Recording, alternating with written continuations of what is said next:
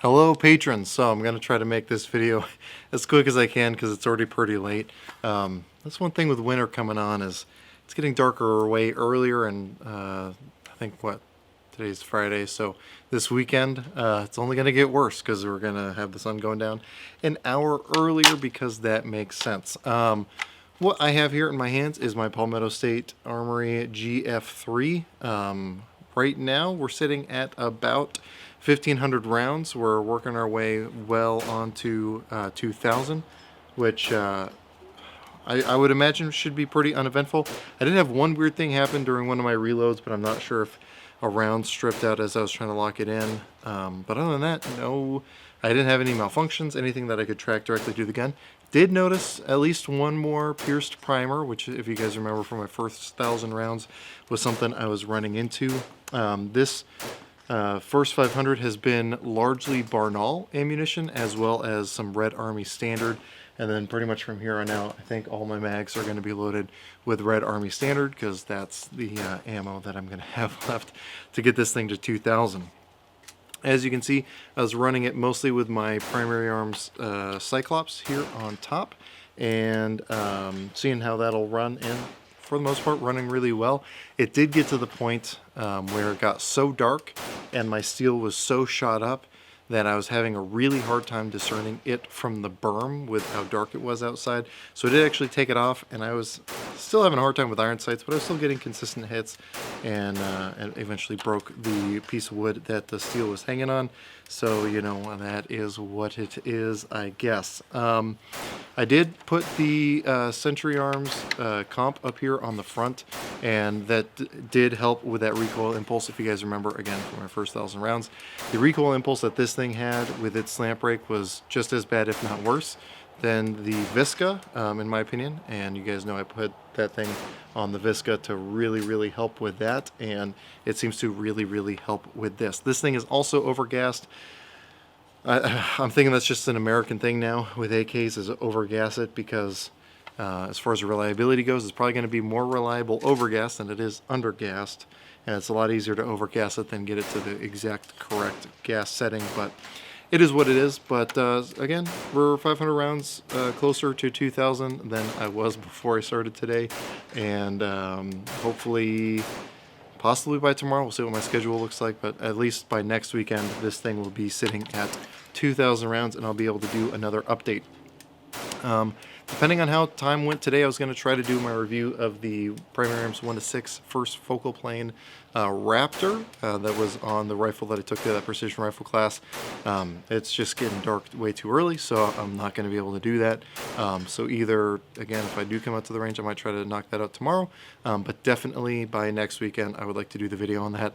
I'm a really big fan of it. It's really good for what it is. It's just, you have to decide for yourself whether you want front focal plane or second focal plane, and that's probably something I'm going to dive a lot deeper into in that video. Other things coming up, I'm kind of getting ghosted by PWS. Have not heard back from them for quite a while now, waiting to hear what's going on with that PWS Pro rifle that they were planning on sending me out. So still up in the air on that. It was supposed to have been shipped out several Fridays ago, and still, alas, we are no closer. I did see this morning in a press release that Henry is now making side-loading 4570s, so I've sent them an email to see if I can get my hands on one of those. No promises. I'll be surprised if they do, I'll put it that way, at least this early on in their release cycle. But, you know, never hurts to ask. As far as other things going on, I am in the process of getting my very first suppressor, which you guys probably know from watching the video that I posted earlier today in regards to how to use the Silencer Shop kiosk. So hopefully that video was educational for those of you watching it. And then the last thing I want to talk about is I have an issue, and I'm surrounded by enablers at work. Every time I think I don't need to be buying another gun right now, working at a gun store, you're just presented with things that you can't say no to.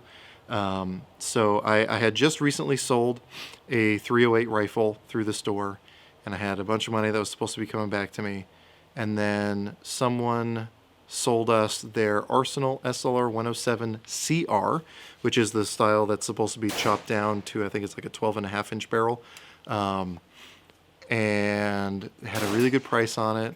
And basically I worked out a deal to where now that thing is going to be mine. So I'm now going to have two SLR 107s, one full size and one mid size, the AK 104 style.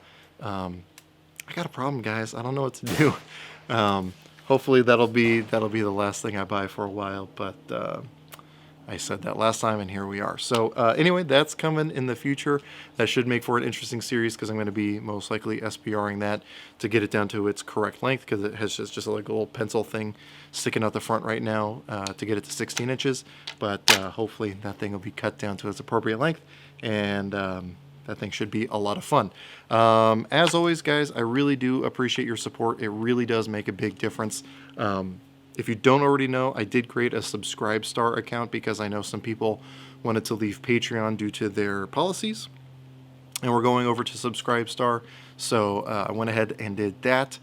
So if that's a place you feel more comfortable putting your money than Patreon, I do have a presence over there for what that's worth. But really, I just want to be as accessible to you guys as possible. So again, as always, as I say in every other time I do one of these, if you ever need anything, if you ever have any questions or anything like that, please, please, please do not hesitate to message me, or do whatever you need to get in touch with me, email me, whatever you want to do.